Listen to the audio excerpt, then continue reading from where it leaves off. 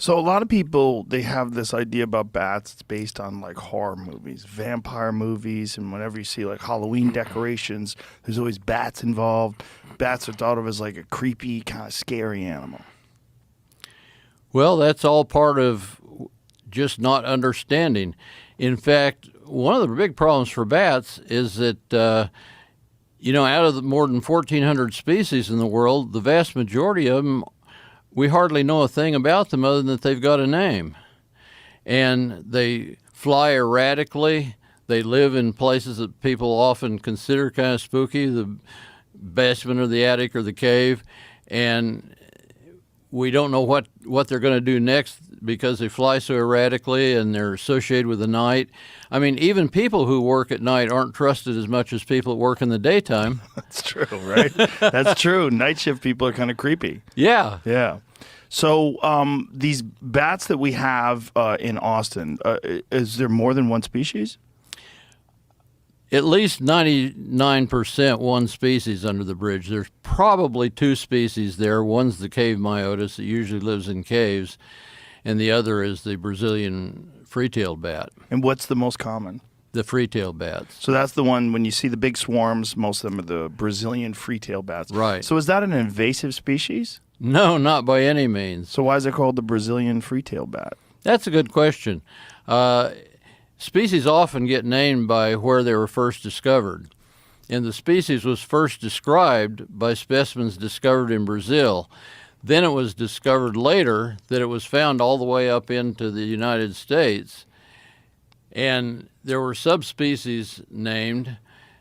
It was thought originally that there was a different subspecies in Mexico that came up into Texas and a third subspecies in Florida and the Gulf region. And each of those subspecies, the first one was described in Brazil, so it was Tadera brasiliensis, and then Tadera brasiliensis mexicana from Mexico, and so on. But then a genetic study was done and found that they're so broadly mixed genetically that you couldn't separate out subspecies, and so they went back to the original name, and it's now called the Brazilian free-tailed bat, which is kind of a pain for all of us that knew it for many years as the Mexican free-tailed bat. But that's just the way of genetics. Sometimes I like the common names even better than the scientific because they don't seem to change as rapidly these days. So, and what is the other bat that's very common here? It's not very common. Less common, but prevalent? Yeah, the cave myotis. It's a slower flying, more agile, maneuverable bat. The free-tailed bats can fly thousands of feet above ground, and they can travel at, get this, with a tailwind, they can go 100 miles an hour. What? 100 miles an hour. And our bats from the bridge could easily be feeding clear down on the coast at some nights. I've watched on Doppler weather radar. We can watch them really well on radar. And I've watched where they come out of, let's say, Bracken Cave down near San Antonio, and we see the front band of moving bats crossing 4 to 5 counties in 12 minutes. Wow. I had no idea.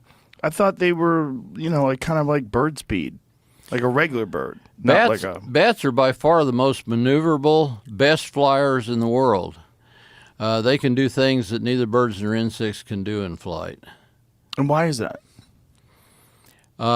They don't have fixed hard wings. Like insects, the wings are made of chitin and they don't bend that much except at the joints. And birds' feathers aren't nearly as flexible as the skin on a bat's wing. Wow. Actually, the skin on a bat's wing, it's 2 layers, and that skin has been rated as 19 times tougher than a surgeon's glove. Wow, really? And what's really cool is even if they get damaged badly, it's amazing what their healing powers are. Sometimes the bat can even have a broken wing, and the swelling around the break will act like a cast and will hold the bone in place where the bat still is able to fly and survive until he can recover. So these bats that we have the fast-moving bats that are the Brazilian bats, and then you have the other bats which are more maneuverable, but they don't go as fast? That's true. And these bats tend to feed in different types of places. And the fact that these Brazilian bats can make it all the way down to the coast, and then they come back to the bridge at night? Well, I'm not saying they make it all the way to the coast. The trouble is we haven't yet done good enough tracking to know. Can we put like a little GPS band on a bat, or is it too big? Yeah, we can radio track bats. We'd love to radio track them when they migrate south and see where they're going, but it can be a real problem trying to track a bat at night across the U.S.-Mexican border without getting shot down by somebody. I was down looking for bats in the daytime one time with a friend who was an ex-aircraft Navy pilot, and we were in his private plane looking for bats down low along the New Mexico-Texas border. And first thing we knew, we got forced to land by drug agents that had overtaken us. And when we landed, we were surrounded by guys with guns thinking they had really made the catch of the year, somebody dumb enough to fly in the daytime with his drugs. And they were very disappointed to find out we were just bat people.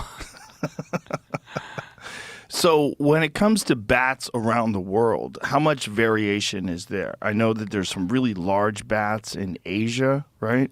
There's big variation. There's, yes, large bats in Southeast and in Asia, What's Africa. the biggest bat?